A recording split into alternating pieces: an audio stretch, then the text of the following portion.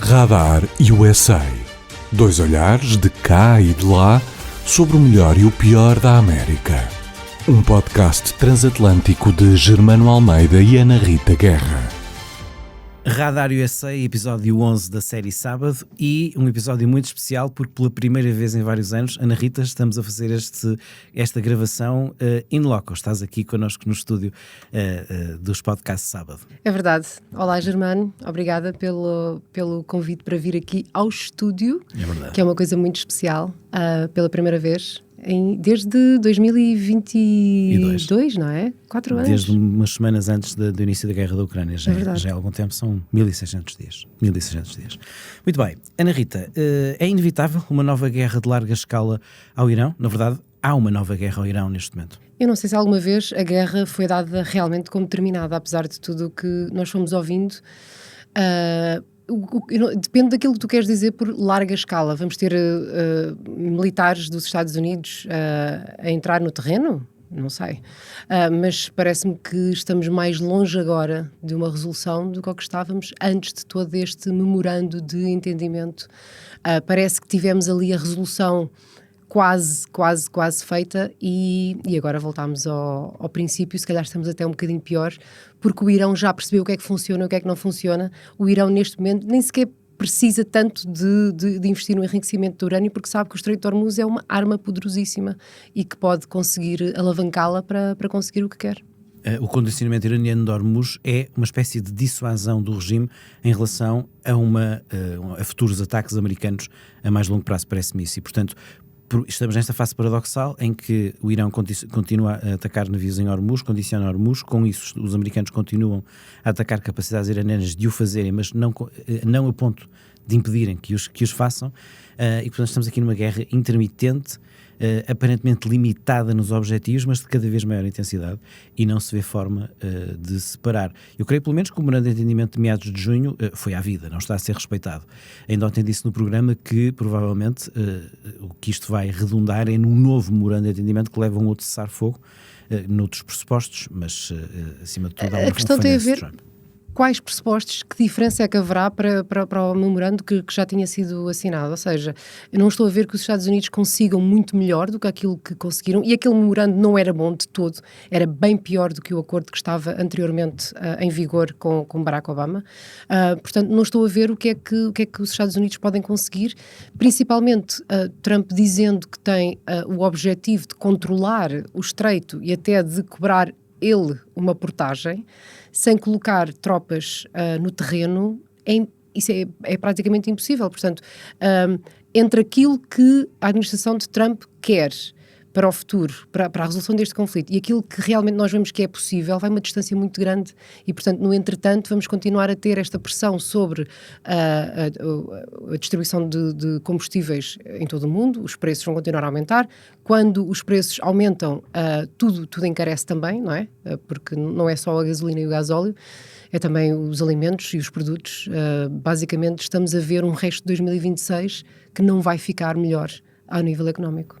E o que é que Trump com isto tirou? Nada, piorou a situação, criou a situação de Hormuz que não havia antes de 28 de fevereiro, e mal comparado, as situações são muito diferentes, mas Trump e Putin estão em situações de algum modo equivalentes, ou seja, meteram-se com alguma ubris numa guerra da qual não conseguem agora sair, não conseguiram os objetivos, mas não têm também forma de a parar, porque não têm forma de sair não perdendo a face neste momento. Putin sobre a Ucrânia, Trump sobre o Irão. E em ambos os casos, com muito maiores capacidades militares, Estados Unidos e Rússia, do que Ucrânia e Irão, mas a verdade é que isso não bastou, porque cada vez mais estamos numa fase em que ter superioridade militar não basta. As guerras têm surpresas, as guerras do tempo atual têm certamente surpresas, podem ser assimétricas, com o uso de material relativamente barato, pelo menos comparado com o material ofensivo de quem está a atacar, mas com grandes resultados. Os ucranianos estão a mostrar-nos isso relativamente aos drones, e os iranianos também com drones, com mísseis antinavios, mas sobretudo com essa capacidade que é a geografia. A geografia não tem a ver com ter mais ou menos armas. Tens aí uma diferença grande, que é Vladimir Putin invadiu a Ucrânia com um objetivo primordial de conquistar terreno e de, enfim, de servir aquele seu sonho de voltar a ter uma União Soviética poderosa e de considerar que a Ucrânia não é um território externo à Rússia, portanto, conquistar terreno. Donald Trump entrou numa guerra que era mais Israel que queria, não é? Portanto, o Donald Trump nunca teve mesmo, ou pelo menos nunca se percebeu, que tivesse objetivos que fossem muito importantes para os Estados Unidos. E, portanto, é até mais difícil de perceber como é que Donald Trump vai dizer que a guerra foi ganha ou não, se não se percebia sequer qual é que era o objetivo. Era de pôr o regime, isso não aconteceu, depois agora é libertar o Estreito de Hormuz, que não estava fechado, e, portanto, há aí paralelos, mas também há uma diferença muito fundamental, que é, eu creio que Vladimir Putin tem muito mais motivos para continuar, porque tem aquele seu objetivo. Trump até me parece que já está um bocado desinteressado da resolução deste conflito. Enfim, provavelmente não vai acontecer nos próximos meses, mas eu acho que ele já está a ficar desinteressado. Certo, mas há o risco de se somarem baixas militares americanas, ainda não foram muitas, é verdade, desde 28 de fevereiro. Já houve algumas? Já houve algumas, já são 17, e parece-me muito claro que Trump, que cometeu erros e imprecisões e inconsistências em várias matérias, tem e terá, pelo menos para já, na sua história presidencial nos 2 mandatos, um grande erro, que é a aventura iraniana. E o que eu te pergunto perante isso é se isso é inevitável de ter consequências nas intercalares e se já podemos, para já pelo menos, decretar, a menos que aconteça algo que não estejamos a ver, que a segunda presidência de Trump está condenada ao fracasso interno e externo. Bom, ainda não chegámos sequer a metade do mandato de Trump, portanto não sabemos o que é que vai acontecer nos últimos 2 anos. Aquilo que tem sido visto até agora, até pela baixa popularidade do presidente, é que os eleitores não estão satisfeitos com os resultados deste mandato e, portanto, nesse aspecto é um fracasso, porque a população que ele serve não está satisfeita. Agora, as intercalares, eu creio que não será futurologia prevermos que, de facto, os democratas vão ter um resultado bastante bom, apesar de todos os percalços que têm acontecido com os nomeados, com os candidatos, mas vão ter um resultado muito bom. Há uma insatisfação em relação ao que os republicanos estão a fazer no Congresso, não só na Câmara dos Representantes, mas também no Senado. O facto de não se ter passado nenhuma legislação que seja visível este ano, portanto, as coisas parecem que estão um bocadinho ali bloqueadas, também não tem uma maioria muito interessante para conseguir fazer isso, e portanto vai haver resultados nas intercalares sim, se calhar não será a onda gigantesca que se poderia esperar, devido à forma como as eleições estão manipuladas pelo gerrymandering, não é? Ou seja, o redesenho dos mapas dos distritos numa série de estados poderão fazer com que o impacto da vitória dos democratas não seja tão visível como foi, por exemplo, em 2018, em que ganharam o que se chama na altura um tsunami azul, mais de 40 assentos de diferença na Câmara dos Representantes. Não estou a ver que isso vai acontecer agora, mas acho que sim, que estas iniciativas que Trump tem tomado este ano, que as pessoas percebem como sendo mais para o seu interesse político e pessoal e menos para melhorar a vida dos cidadãos, fazer aquilo que eles queriam, que era reduzir os preços, tornar o custo de vida mais acessível, melhorar o acesso à habitação, etc. E, portanto, acho que essa nota vai ser negativa. Claro, haverá sempre uma base que está com ele, aconteça o que acontecer. No dia, quando vieste ao Guerra e Paz, já vamos falar disso, rejeitaste um bocado a ideia de que há um risco sério de Trump tentar, de algum modo, condicionar ou até, enfim, anular não, mas fazer batota nas eleições intercalares. A verdade é que pode haver aqui um esvaziamento da própria supervisão federal dessas eleições, e depois dependerá muito do trabalho dos Estados. Esses sim, enfim, o Poder Federal não consegue meter a mão para lá dessa questão dos mapas que referias. E nesse sentido, portanto, pergunto, não estás verdadeiramente preocupada com uma possível intervenção de Trump nas intercalares? Não estou, estamos a falar aqui do quê? De declarar que todos os resultados não vão passar, não podem ser aprovados, lei marcial, o que é que estamos a falar? Porque o Presidente não tem qualquer poder, as eleições nos Estados Unidos são descentralizadas, cada Estado governa o seu sistema eleitoral, tens uma série de checks and balances, e mesmo nos Estados com maior afeição ao estilo autoritário de Donald Trump, mesmo esses estados têm processos eleitorais bastante seguros, transparentes mesmo, e com uma série de mecanismos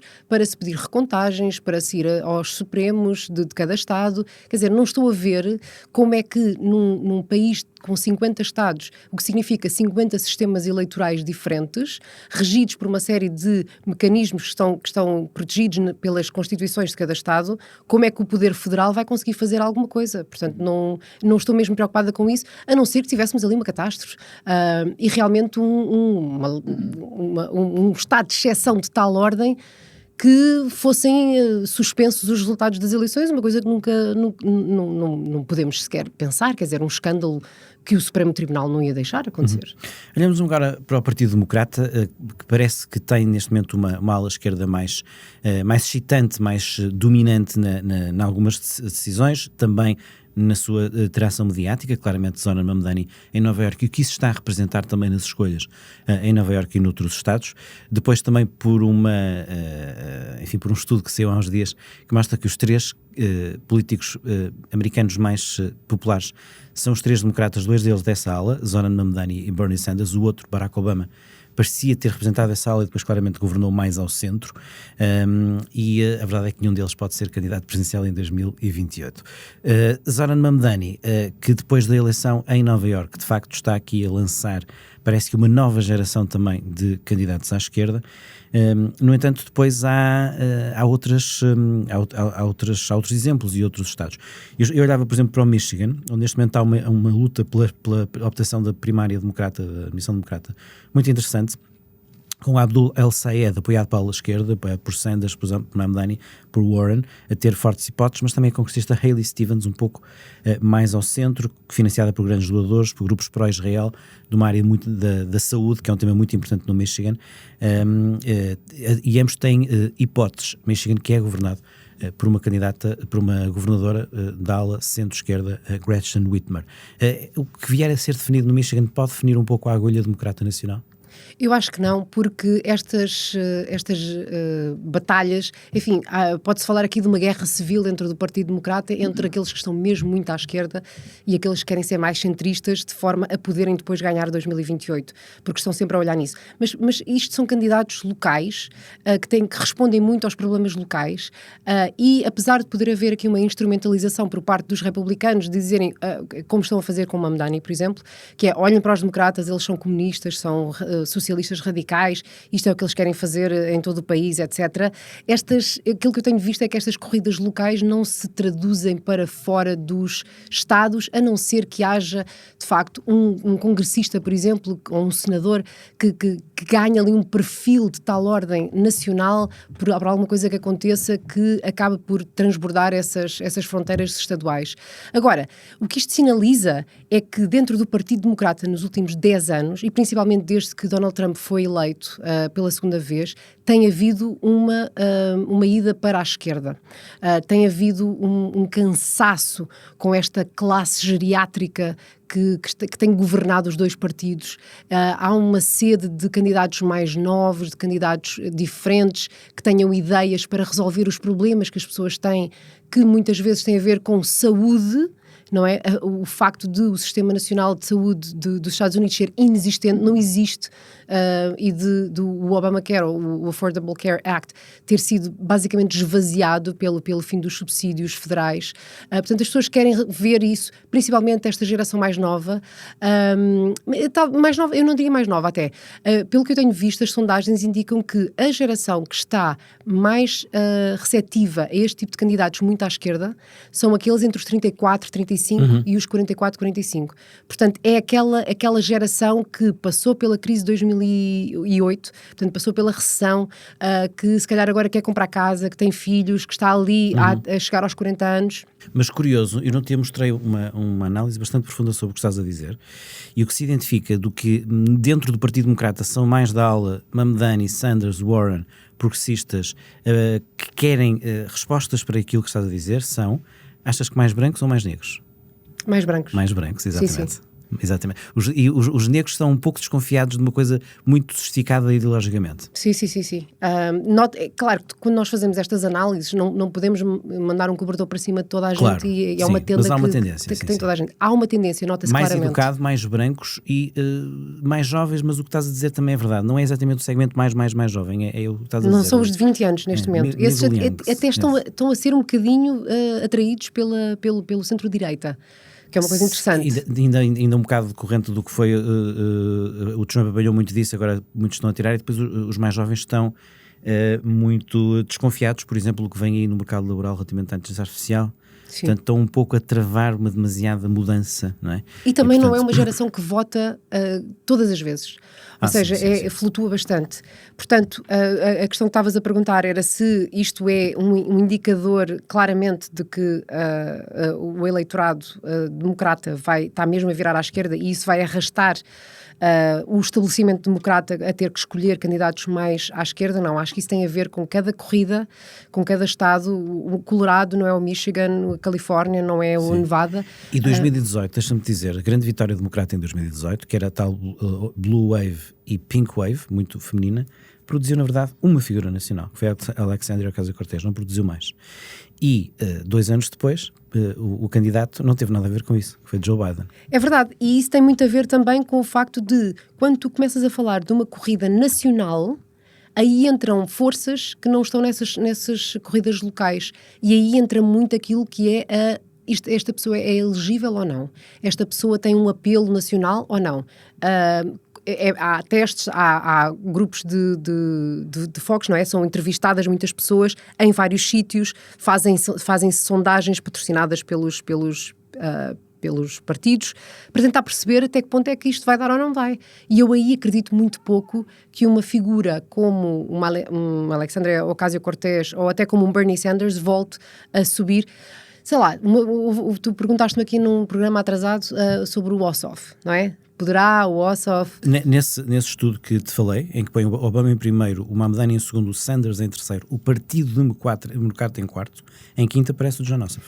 Ele tem ganho alguma relevância nos últimos meses. Eu tenho visto muito mais referências ao Ossoff, vale o que vale, não é? É anedótico, até vermos como é que isto se vai passar no terreno, são tudo anedóticos, mas tenho visto mais atenção e mais curiosidade e mais pessoas a conhecerem o nome dele do que... Sim, é das figuras mais interessantes, sem dúvida.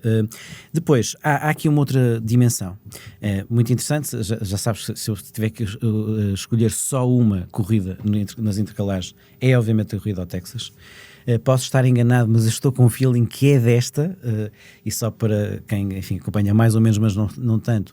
Em 2018, há 8 anos já, os democratas estiveram quase a ganhar o Texas, com Beto O'Rourke a ficar a 1,5 ponto de Ted Cruz, mas nessa altura Beto O'Rourke tinha, nas sondagens, por esta altura estava 3 ou 4 pontos atrás, e neste momento James Talarico está claramente à frente de Ken Paxton nas sondagens, uma diferença de 3, 5 pontos. E há um outro elemento, o Beto O'Rourke nunca teve a tração no eleitorado republicano no Texas como o James Talarico tem. Portanto, eu acho mesmo que o James Talarico pode ganhar. Talarico, 36 anos, vem de uma ala completamente diferente. É do Texas e, portanto, tem uma conversa muito religiosa, com um discurso moral e com um foco na parte moral que nos democratas só me lembro de ver em Barack Obama nos últimos 20 anos. É alguém que consegue não ter muitos anticorpos, tem um tipo de discurso tranquilo e respeitador que também me faz lembrar Barack Obama, não tem o lado tão eloquente como Obama tinha. Mas as situações são diferentes. Parece-me que se ele ganhar o Texas, dá uma oportunidade aos democratas de ganhar o Senado e se lança como possível candidato presidencial mais tarde. Quais são as tuas ideias para o Texas? E é o exemplo de como, nesse sentido, a realidade estadual pode determinar que, apesar da onda mais à esquerda a nível nacional para o Partido Democrata, neste caso foi uma escolha correta ser alguém mais ao centro e com esta via. A sua rival no Partido Democrata, nas primeiras democratas, que era bastante forte, Jasmine Crockett, está numa ala mais à esquerda. Sim, claramente, porque o Texas, eu não sei se já lá foste, mas o Texas tem uma obsessão em não ser como Nova Iorque e Califórnia. principalmente com a Califórnia. É uma coisa que é muito, muito visível. Portanto, sim, deixa-me tinha só que dizer-te que o Trump, quando foi aquela coisa, quando foi o boato que o James Talarico era vegetariano, que por acaso é mentira, se fosse verdade não tinha problema nenhum, né? Mas era mentira. O Trump a dizer, quando é que já se viu um vegetariano no Texas? No Texas não pode haver vegetarianos. Não era vegetariano, era vegano, que ainda é pior, é uma ofensa ainda pior aos barbecues do Texas. Mas o Texas tinha que ter um candidato democrata que fosse, que respondesse àquilo que os texanos consideram que é aceitável, religioso, bem parecido, sem grandes problemas, sem um passado, não tem um passado em que andou a pedir a dissolução da polícia, sem tatuagens, etc., sem tatuagens. Portanto, muito aquele vizinho, o vizinho simpático a quem os velhinhos dizem olá e que não tem medo de calçar umas botas de cowboy e um chapéu de cowboy e que anda com a Bíblia, não é? Mais isso, por acaso o Talarico no estilo dele não é muito também de andar não é, mas sim, mas não impede o resto. Sim. Tem aquele aspecto. O Beto O'Rourke era mais assim. Era preciso esse candidato, mas o Beto surgiu numa altura em que, eu acho que se calhar nós não nos lembramos, mas em 2018 Trump era impopular, não era tão impopular com a sua base como é agora. E na altura, como tu disseste, as intercalares foram muito levadas pelas mulheres e houve também, havia um sentimento de horror para com aquilo que estava a acontecer, por exemplo, com o Muslim ban, não é? Aqueles protestos nos aeroportos quando os viajantes de certos países islâmicos foram proibidos de entrar, as deportações, as crianças em jaulas, não é? A separação das famílias. Havia um grande ultraje em relação a isso. E eu acho que neste momento já não existe. Portanto, as pessoas habituaram-se, ou seja, a fasquia e a linha vermelha vai se movendo conforme as pessoas se vão habituando a esse tipo de coisas. Agora, a impopularidade tem muito a ver com a questão económica, que em 2018 até estava a funcionar bem. E, portanto, eu creio que se Beto, neste momento, concorresse contra Ken Paxton, se calhar estava na mesma posição que o Talarico. Mas o Talarico acrescenta a questão do discurso religioso. Dizem o J.D. Vance diz que ele é o verdadeiro cristão, mas não, ele a falar assim não pode ser o verdadeiro cristão, mas eu respeito os verdadeiros cristãos, é muita conversa do Talarico. Sim. E também temos a questão de o Ken Paxton tem ali uma série de anticorpos porque é visto como um candidato corrupto, que tem uma série de problemas legais. Há próprios republicanos que dizem que não querem votar nele porque não confiam nele, porque acham que ele não é um bom candidato. Repare, não temos esse tempo, mas convido os ouvintes a procurarem verdadeiramente quem é o Ken Paxton e vamos tentar parar aqui um bocadinho. Há qualquer coisa de muito doente quando alguém como o Ken Paxton chega a ser o nomeado republicano. As acusações em torno de Ken Paxton são muito más, e ele são. conseguiu o endosso do presidente Trump e portanto foi aquele que conseguiu ser votado e agora é isto que temos e eu acho que o Talarico também beneficia disso. E depois também existe ali uma grande parte da população hispânica que votou em Trump porque queria os benefícios económicos, lembrava-se da economia de Trump do primeiro mandato, queria também se calhar ver ali alguma ordem naquilo que considerava ser a balbúrdia na fronteira, mas que agora está a sentir que as deportações e os ataques da agência de ICE que estão a ser também muito raciais, que há cidadãos hispânicos que estão a ser alvo de captura e de interrogação. Ou seja, sentem que votaram em Trump para receber uma série de benefícios, não só não receberam esses benefícios, como estão a sua identidade está a ser atacada.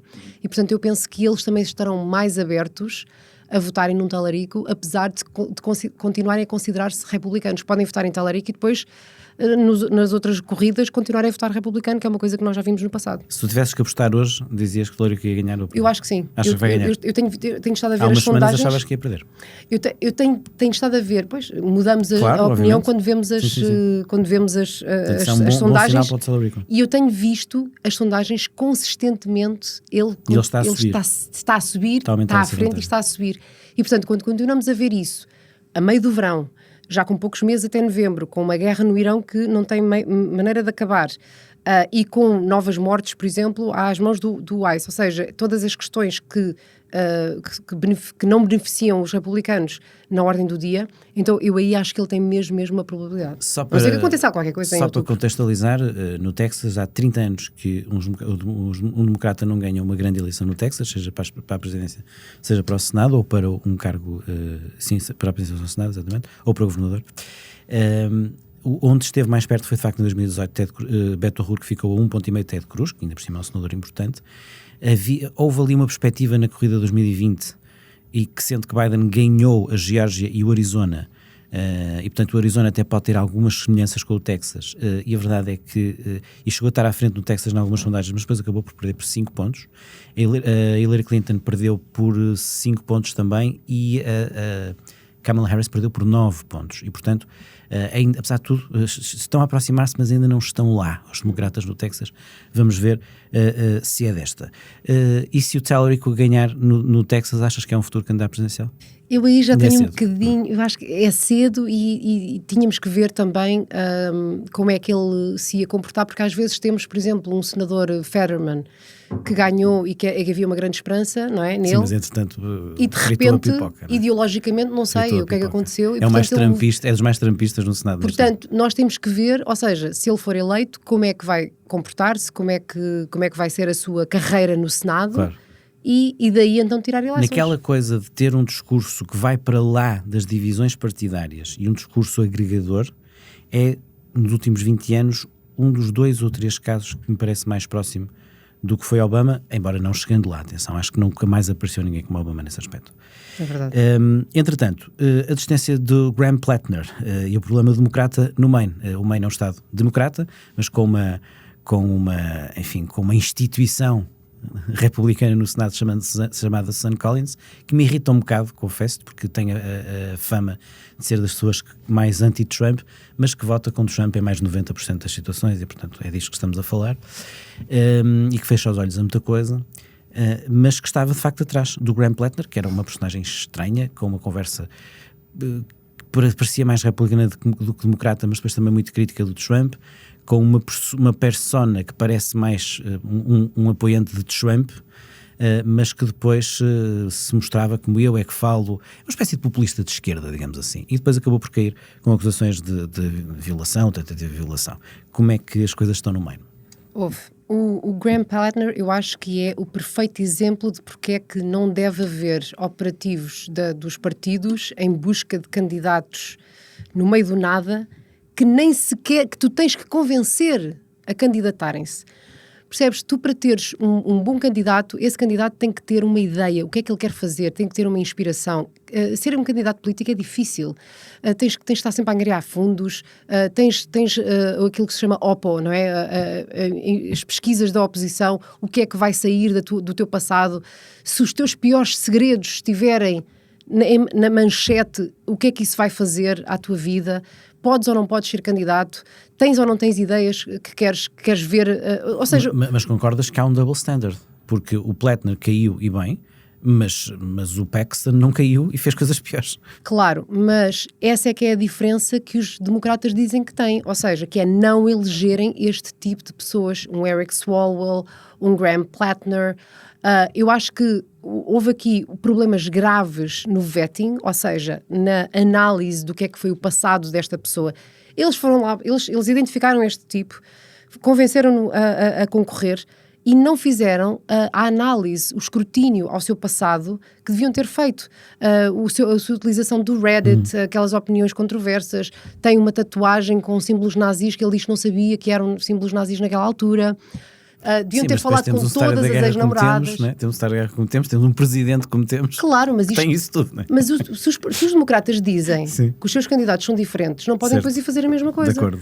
E, portanto, foi mau para todos os lados, e isto também prova muitas vezes que o estabelecimento democrata não sabe escolher candidatos. Sim. Não sabe os doadores, aquela malta que decide, que já também achou que Joe Biden devia concorrer a um segundo mandato, e portanto é mau para toda a gente.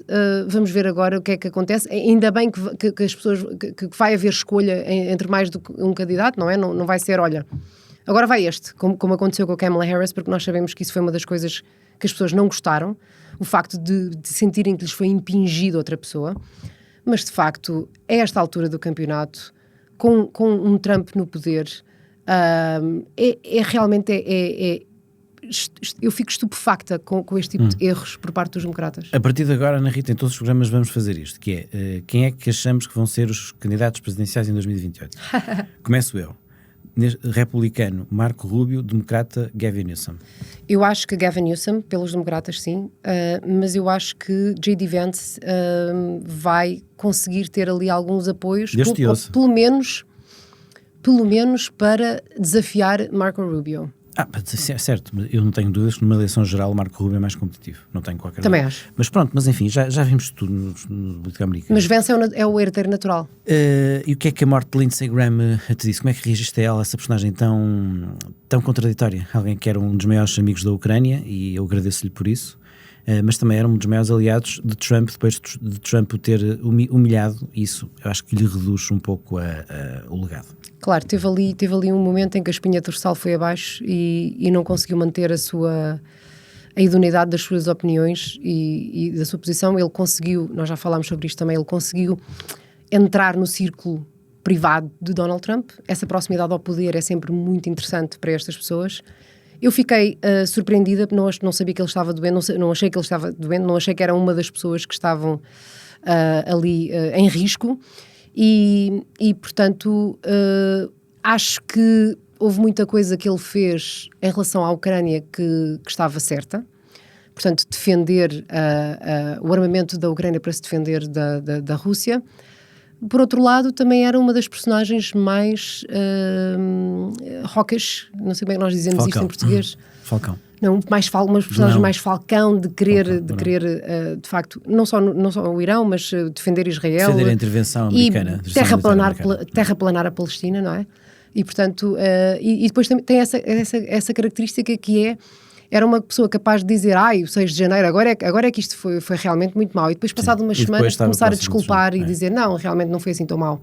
Sim, isso diz tudo do que foi os últimos anos de Lindsey Graham. Teve esse erro, de facto, eu acho que ele estava totalmente errado sobre o que os americanos deviam fazer no Irão. Teve influência na decisão de Trump relativamente a isso. Foi visto, aliás, pelos MAGA anti-intervenção no Irão como um dos que mais fizeram. Um dos culpados por aquilo que... Um dos culpados. E portanto, com isso, provavelmente a base MAGA agora até pode tentar aproveitar para tentar voltar a ganhar influência, voltando ao que era o contrário do que Trump está a fazer no Irão. Mas não me vou esquecer que na campanha primária de 2016 Trump, num comício, expôs à turba o número de telefone do Lindsey Graham por ele não o apoiar. Lindsey Graham recusou-se a apoiar Trump na primeira campanha, depois de desistir, ele próprio foi candidato, apoiou Jeb Bush, depois Ted Cruz, e mesmo quando sabia que ia ser Trump, não o apoiou, porque achava que ele não respeitava os valores republicanos, e aí estava certo.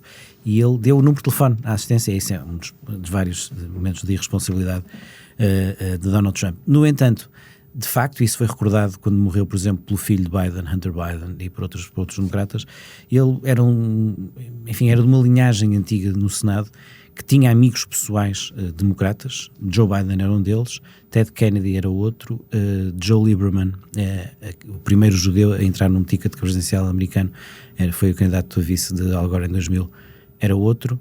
John McCain, republicano, era outro. Esses três, Lieberman, McCain e Graham, eram chamados no Senado como os Three Amigos, e já morreram todos. É verdade. Olha, e há outra coisa que eu recordo aqui, que é uma das perguntas que eu ouvi mais vezes em análises nos Estados Unidos e até em conversas, era o que é que Trump tem, que segredos é que ele tem sobre o Lindsey Graham para conseguir que ele se dobre desta forma. Era uma das coisas que se dizia e que até, não sei, não sabemos se isso faz algum sentido, ou se é simplesmente um dos efeitos que Trump teve nos republicanos, que foi conseguir fazê-los dizer uma coisa e o seu exato contrário passado algum tempo. Estamos a terminar. Como é que viste o Trump a ser ali em plástico na final do Campeonato do Mundo? Não saía da frente e quis ficar na fotografia à frente dos campeões do mundo. Portanto, se calhar deve ter achado que jogava, não é? Porque para estar naquela fotografia tinha-se ter estado dentro do campo, não é? Eu acho que há duas coisas. Uma delas é que eu duvido que Donald Trump alguma vez tenha visto uma final do Mundial e, portanto, talvez houvesse ali um bocadinho não saber qual é o protocolo, que aquela fotografia final é dos campeões, não é de quem entrega as medalhas nem coisa nenhuma. Por outro lado, ele tem aquele síndrome de a pessoa mais importante em qualquer sítio onde está e, portanto, nem lhe passaria pela cabeça que eles quisessem tirar uma fotografia em que ele não estivesse. E, portanto, foi mais um elemento engraçado deste Mundial, além das vaias e de tudo o que aconteceu, de facto de haver, por exemplo, um jogador norte-americano a quem a FIFA perdoou um cartão para poder jogar depois de Trump insistir sobre isso. Isso foi o mais grave. E, portanto, enfim... A intromissão na autonomia do órgão disciplinar, uma coisa incrível, com a permissão do Presidente da FIFA. Como é que é possível, não é? E há que ser justo, né? Um evento com a dimensão do Mundial, mais de um mês, 3 países, não se esgota nesses momentos. Falamos dos 2 momentos piores, eu acho. Também a questão do árbitro somali, não é? Que é o melhor árbitro da África e não entrou nos Estados Unidos e por compensação vai apitar a final da Supertaça Europeia. Há também aqui uma oportunidade da UEFA mostrar que não é como a FIFA e que tem aqui a própria UEFA, também no futebol, a Europa a mostrar que é aqui uma espécie de ilha de valores, não deixa de ser interessante. Mas o Mundial, noutros aspectos, curiosamente, correu melhor do que eu estava à espera. Houve grandes jogos, jogos de grande qualidade. Acho que o aumento para 48 seleções não implicou uma perda geral de qualidade, eu achava que ia implicar. Claro que houve jogos que não. Houve ali muita coisa. A exceção foi a final. A Argentina não devia ter chegado à final, mas pronto, o futebol às vezes é injusto. Esta final não foi o melhor futebol que nós já vimos, não é? A final foi péssima, porque a Argentina não estava ao nível da final. E até teve um espetáculo no intervalo, muito à Super Bowl, assim, uma coisa muito americana. A Argentina não estava ao nível da final, não é? A Argentina faz o primeiro remate aos 117 minutos, fez 2 remates e só um enquadrado. A Espanha fez 22 e portanto isto não foi digno de uma final, sendo que muitas faltas, muita agressividade. Há 4 anos foi uma final fantástica entre a França e a Argentina, 3-3, um jogo fantástico. Mas a Inglaterra fez um bom Mundial, a Espanha fez um excelente Mundial, a França fez um mundial até à Espanha, jogou com a Espanha. A Noruega fez um bom Mundial. A Noruega é uma das grandes histórias do Mundial, elimina o Brasil. Esteve muito perto de eliminar a Inglaterra, falhou ali num momento. O México estava a fazer um grande Mundial, joga naquele jogo que cai com a Inglaterra, podiam ter passado, e obviamente há a história linda de Cabo Verde, que faz 3 jogos com campeões do mundo e não perde nenhum. Empatou com a Espanha, foi a única equipa que empatou com a Espanha, empatou com a Argentina nos 90, só perdeu no prolongamento, e empatou com o Uruguai, portanto 3 campeões do mundo, e também empatou com a Arábia Saudita. Não perdeu nenhum jogo nos 90. Uma coisa é caíres com a Argentina, mas tipo, estás ali a defender e cais no último minuto 1-0. Não. A Cabo Verde faz 2 golos à Argentina, 2 grandes golos à Argentina, é uma das grandes histórias. Joga bem, é uma das grandes histórias do Mundial. E pronto, e houve Portugal que ficou abaixo, infelizmente, do que esperámos, mas caímos com os futuros campeões do mundo, que foi a Espanha. É verdade, mas também não jogámos assim nada de... Não jogámos grande coisa, mas por acaso, olhando para os jogos da Espanha, fomos a única equipa, excetuando o jogo Cabo Verde, foi a primeira, é diferente, mas dos jogos a eliminar com a Espanha, a única equipa que fez verdadeiramente frente à Espanha foi Portugal. Portugal jogou muito mais do que eu cheguei a dizer, disse ontem no programa, e disse por mensagem a amigos meus mais da área do futebol. Imagina o que se diria de Portugal se Portugal tivesse feito com a Espanha o jogo que a Argentina fez com a Espanha. Imagina. Mas ninguém gosta da Argentina, a não ser os argentinos. Portanto... Muito bem, e então está a chegar ao fim estes 3 dias em Portugal, que implicaram uma ida ao Guerra e Paz com uma sexta-feira a liderar, parabéns. É verdade, obrigada. A informação. Como é que foram estes dias aqui em Portugal? Olha, passei quase um mês em Portugal, deu para matar saudades, deu para fazer muita coisa, apesar de todas as críticas que as pessoas têm feito, Portugal continua a ser um lugar maravilhoso, na minha opinião. Sim, eu sei que há muitos problemas, há os exames, há a saúde, há todas estas questões, há o descontentamento com o preço do gasóleo. Eu sei que é verdade, as coisas não estão maravilhosas, mas o país em si, o país é maravilhoso, a nossa gente... E nós tendemos a conhecer os problemas nossos, mas e não dos outros, não é? A forma como Portugal continua a funcionar, tendo tantos problemas, para mim é de facto um testamento, um testemunho da nossa resiliência, da nossa força. E, portanto, E gostei continuamos muito. a ser um dos países mais seguros do mundo em todos os indicadores. E temos, perante situações semelhantes, como receber muita gente de fora, respostas diferentes. Não tivemos um problema de segurança com isso, ao contrário do discurso político. Não tivemos, não é uma questão de opinião. Não há um problema de segurança em Portugal, e há noutros países, a verdade é essa. Não há ninguém a quem eu recomendo visitar Portugal que não saia daqui absolutamente maravilhado com tudo. Com a praia, com os museus, com os castelos, com a comida, inclusive eu. Eu cada vez que venho redescubro um bocadinho deste país. No outro dia percebi que já passei metade da minha carreira como jornalista nos Estados Unidos. Eu vou-te dizer uma coisa, não é confessar porque muita gente está a ouvir, mas é como se fosse. Eu depois estive a ver o nosso programa e há uma coisa que me impressiona em ti, é que tu já estás fora há 12 anos e não parece. Tu não tens um tique de quem está fora, percebes? Me pareces muito portuguesa, isso é curioso. Às vezes como debato e faço muitas entrevistas em inglês, há certas expressões que eu acaba por ser difícil de me lembrar ou de até traduzir. Há coisas que, enfim, também usamos o anglicismo em Portugal.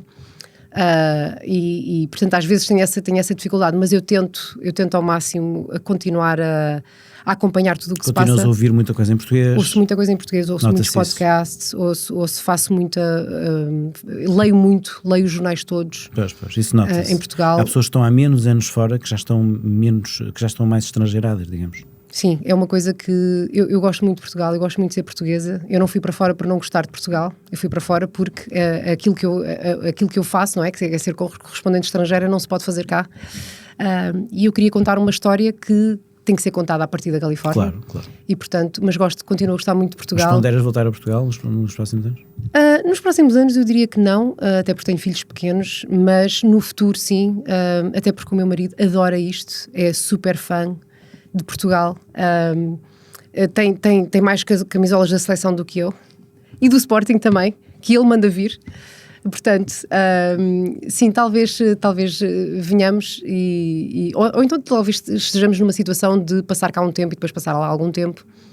A Califórnia tem coisas muito interessantes, Portugal tem coisas muito interessantes. É difícil quando se está fora não se pensar no facto de termos duas casas. Eu quando venho para cá sou americana, quando estou lá sou a portuguesa. Claro, isso até é giro. E isso também não está mal. Muito bem, voltamos em breve contigo já do outro lado do Atlântico. Obrigado, Ana Rita, e até breve. Obrigada, até breve.